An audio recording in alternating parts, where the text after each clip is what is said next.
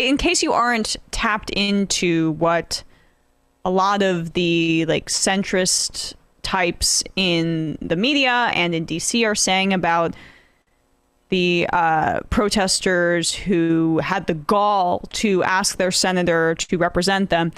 There's a lot of pearl clutching about this, and even Cory Booker signed a letter condemning the actions of harassing the esteemed Sinema, Senator Sinema. And yet we're not seeing the same outrage about just regular people getting harassed, because the powers that be are fine with divorcing the content of what is being protested from the form, and that serves power, by the way.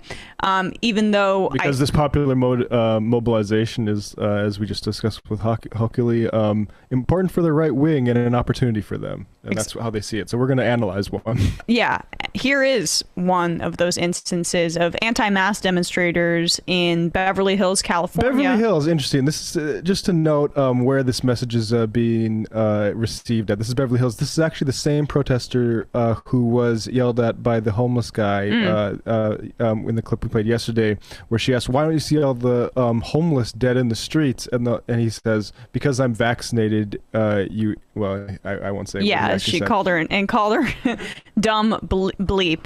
But basically, the same woman who's clearly been busy decided it's time to berate parents and their children and accuse them of abuse. Where did she get that from?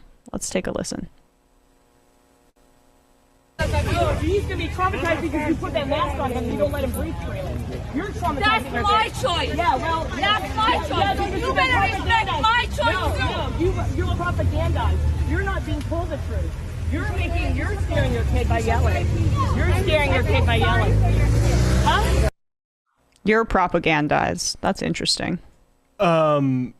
That is insanely infuriating. And I know I'm not a parent, because my first reaction to that is, how are all those anti-vax people walking away with all their teeth? But I realize you can't just sock people when you're walking your child home from school. But I mean, getting in their face, that is child abuse right there. Like, that is a very traumatizing experience for those kids to have some some random woman accuse your parent of abusing you. Yeah, exactly. Like, right. I mean, and the idea that they care about child abuse is instead of enforcing this sort of culture war totem that masks are subservience, which exactly. I wonder where we got that idea from. I wonder where that idea entered the zeitgeist. Roll the clip.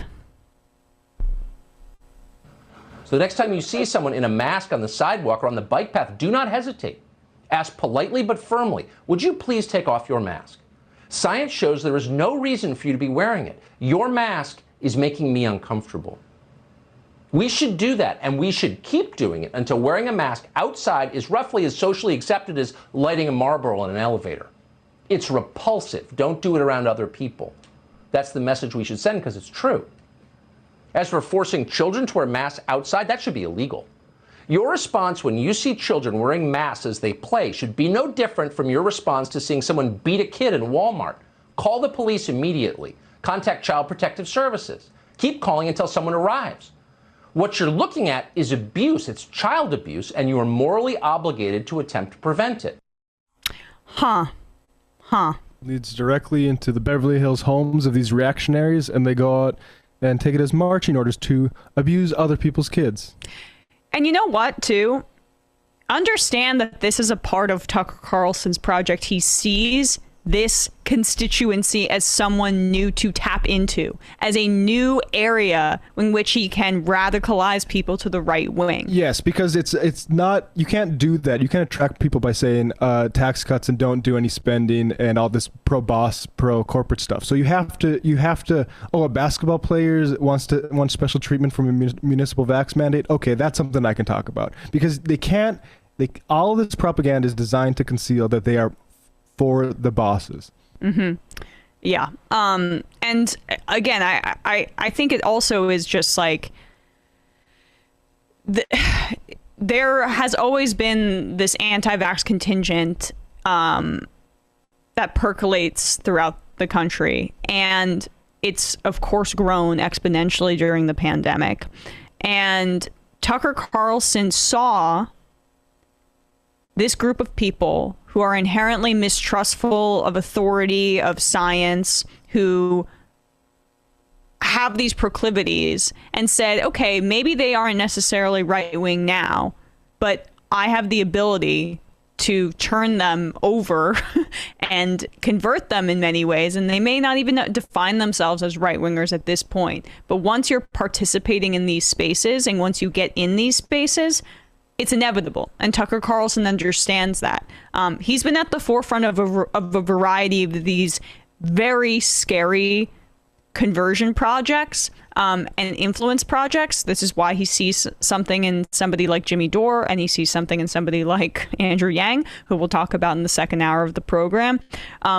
These are useful little factions that he thinks are going to be helpful in order to complete this, white supremacist takeover that he's envisioning.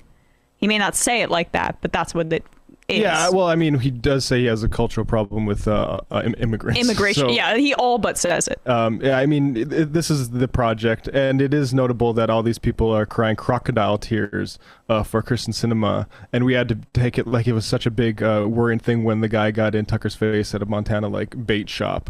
But meanwhile, this is a direct consequence of Tucker Carlson's actions, and we won't hear anything from it. From the people who, even if they didn't think what Sinema, like the Tucker guests, who might not think that what happened to Sinema was bad because they can't take that sort of elite protecting take, but they think that it's hypocritical. So the thing to point out is the hypocrisy. I think it's weird if all you ever point out is hypocrisy. Yeah. For instance, like at the border, look at this hypocrisy. Don't you want to go a little bit further and say something about Title 42, or is it just about the liberal hypocrisy for you? Yeah, right. Well, I mean, hard to cash in on liberal cultural agreement when you're trying to talking about politics. That's going to get in the way of that. Making a substantive point about policy.